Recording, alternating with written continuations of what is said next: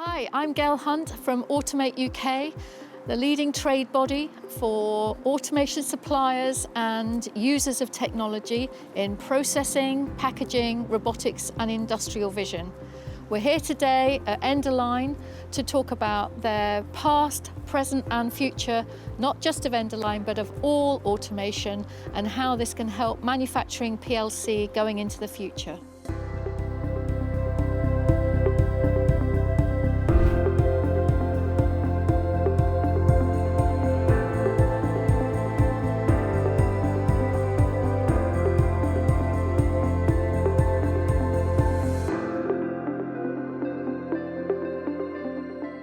Here today at Endoline in the workshop, and I'm here with Rich Yates, who is the operations director.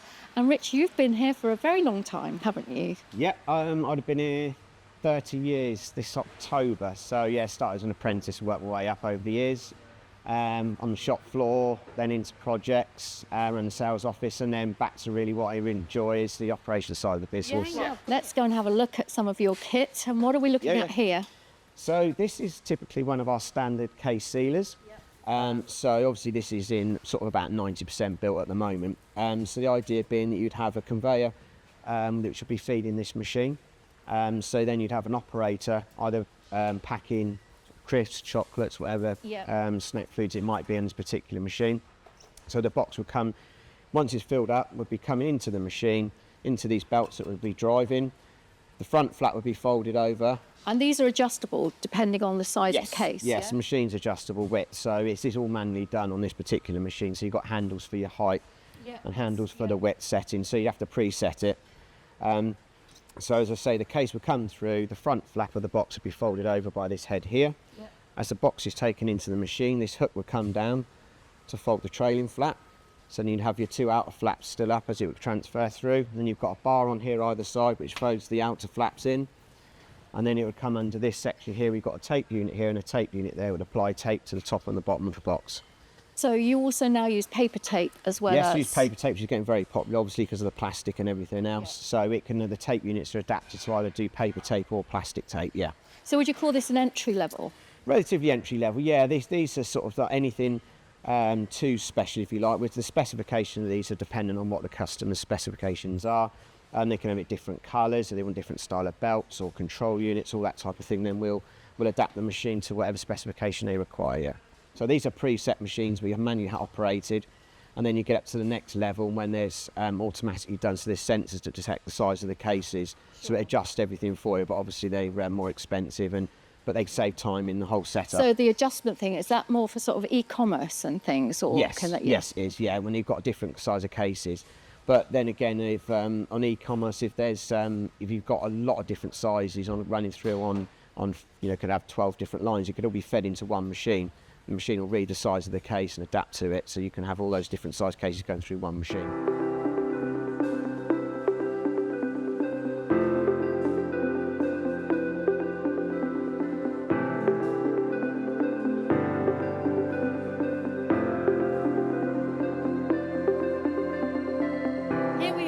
At the case sealer. Talk me through this one. Well, this is fundamentally the same machine as what I showed you previously. So I'm just going to demonstrate it now. So as the case comes into the machine, it'll get folded, the folding flap at the front, the hook fold the trailing flap, and these out flaps will be folded in, ready for it to go into the tape unit. Okay.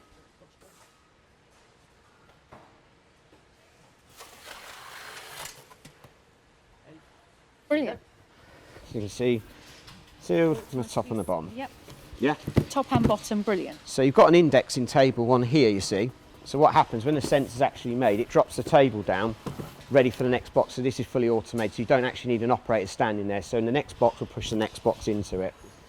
The advantage of doing this, using a machine like this, you see, is that you always get a consistent seal. It's always cut nicely, right in the middle of the box. So it's ideal for any snack foods that go in there. It could be crisps or drinks, whatever it may be. So you've got a consistent, reliable seal all the time, rather than it being with a tape unit gun stripped off, and it could be not as quickly as well. So this is basically taking away really dull, boring jobs so Yeah. they can go Yeah, do they something more interesting exactly. So again, somewhere more else. utilised elsewhere in the factory, yeah. So this was doing a monotonous job of just taping the box. It's quicker, it's more reliable. So overall, that's where you get the idea of having one of these for. So automation obviously key Yes. in future manufacturing. Yeah. And how long have these machines been around then, this kind of range? Well, this is sort of machine's been going since, well, say 1981 when the business started up. My grandfather, he's designed a lot of the machines we still manufacture now. Do you? So they've been modified over the years, but generally they're still the same, fundamentally the same machine as what it do. Yeah. You know, at the end of the day, it's a machine that seals a top and the bottom of a case, yeah. Reliably. Reliably, runs 24/7, doesn't have sick days, you know, all that type of stuff. Yeah. Okay, thanks very much.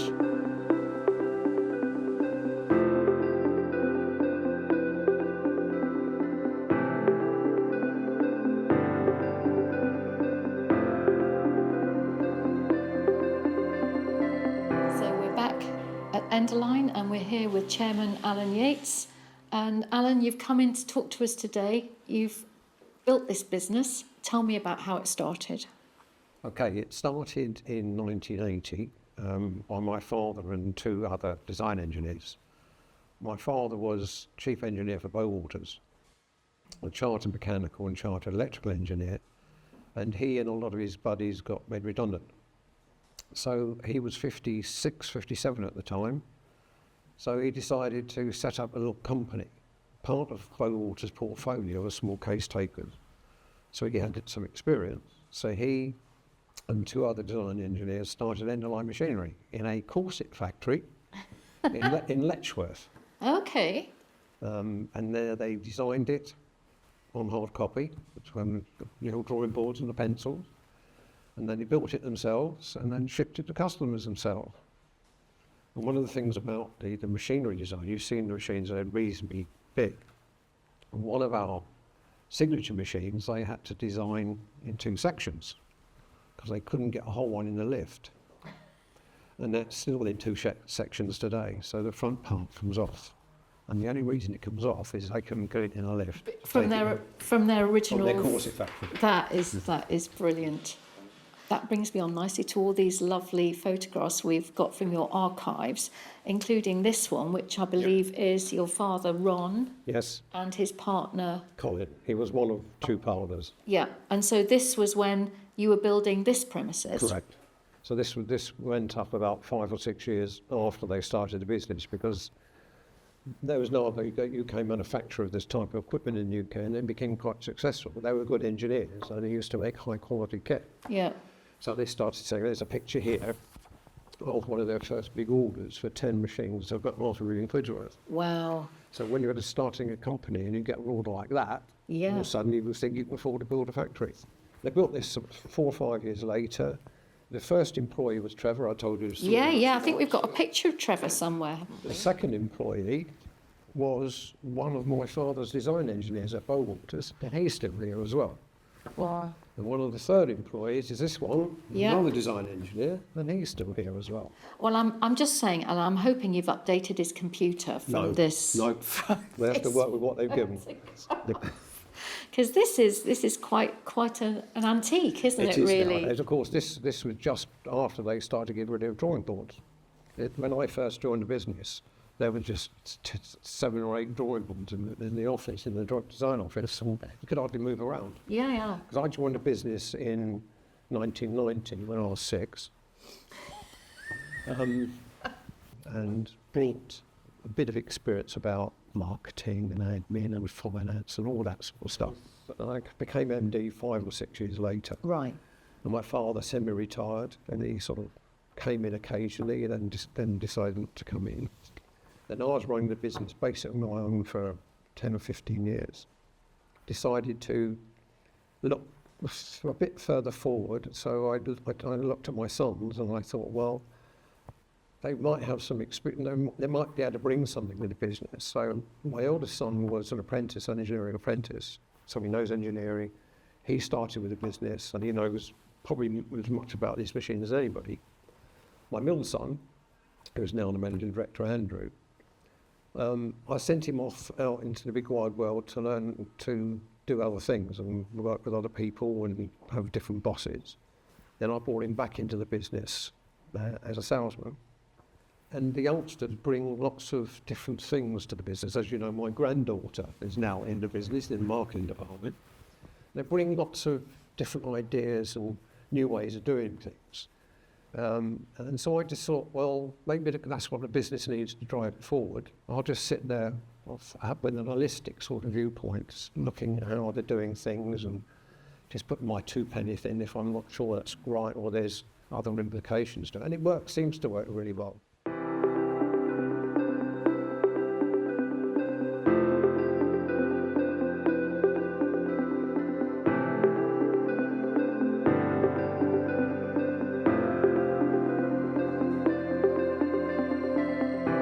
Here at Endoline, and we're in the design office, and we're talking to Trevor King, who is the engineering manager, and he was Endoline's first ever full-time employee. So after that build-up, Trevor, talk to us about when you joined. Oh, that was a very long time ago now, 1982. Yeah, I left school, I was on a YTS course. Okay. And then got the opportunity for an interview at a company which I now know to be Endoline. Did the interview, got the job. Well, basically, I did everything that they didn't want to do. So they, the directors at the time, they were Ron, who was managing director, Peter was sales director, Yep. and Colin was design director. So they wanted somebody to build the machines, so they didn't have to do that side Get of their it hands anymore. dirty. That's right, yeah. So I built the machines, made the tea, swept the floor, everything else. Brilliant. And so then you progressed to, you said you were production manager at one point. That's right, yeah. I started off building the machines, then we got a few more people in. So then I went onto the design side first, I think. Okay. Yeah, did that for a bit and then became production manager. So, yeah, it was interesting. And then engineering manager, you oversee the designs and or what does that entail? That's right, yeah. I'm in charge of the design office now, so we've got a number of mechanical, electrical and automation engineers, and I'm in charge of all of that. And all the bespoke work comes in here for you to redesign to put out to the customer. That's correct, yeah. Yeah. Oh, brilliant. When you're designing machines now, what is different? What are you designing in now that you weren't designing in 10 years ago? Is it remote assistance or is it... Yeah, that is one of the things we can do. I think the biggest difference now is just the way we do things. When I started on the design side, it was on a drawing board, paper and pencil. Yeah. Then it progressed to CAD systems on a computer, and now we're 3D CAD, which is obviously a lot more powerful. They must be very different to they were back in the day when you started. They were, yeah. I mean, when I started, we were doing simple taping machines, such as this one here, Yes. but obviously a little bit bigger than that. Yes. Then we progressed on to doing things like case erectors and things like that Yeah. for erecting the cases, random sealers. So the machinery we do now is a lot more complex than when I started. Yeah. So But yeah, that's so we've done quite a successful. lot of them. Yeah. Yeah. Brilliant. Well, thank you so much for your time today. It's been lovely That's no talking problem. to you. Thank you. Okay, thank you.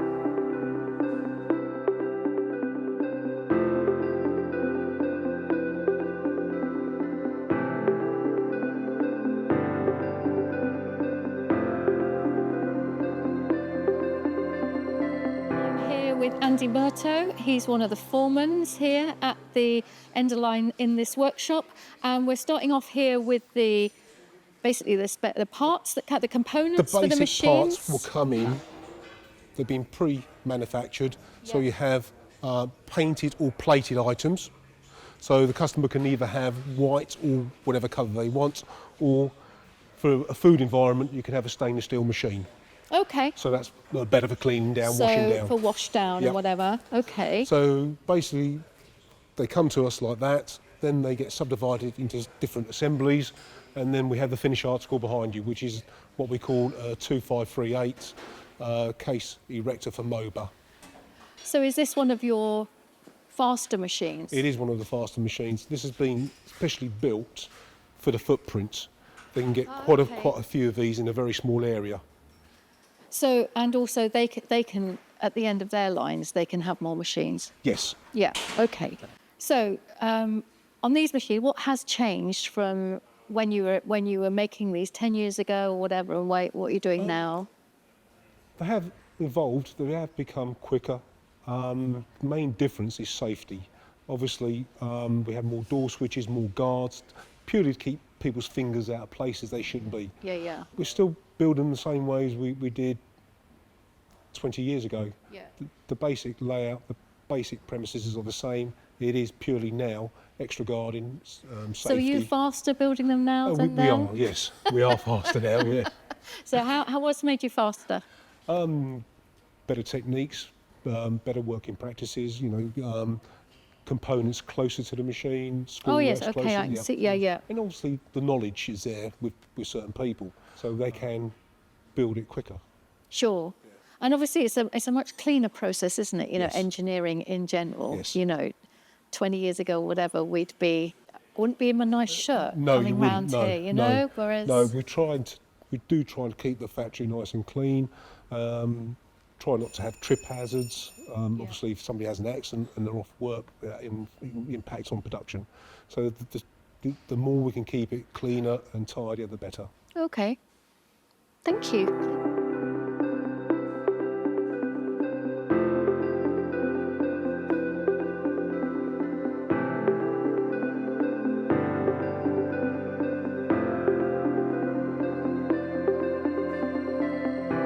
About Endoline before we get into what's going on in the business today. Okay, so Endoline's my family's business, started by my grandfather some 41 years ago.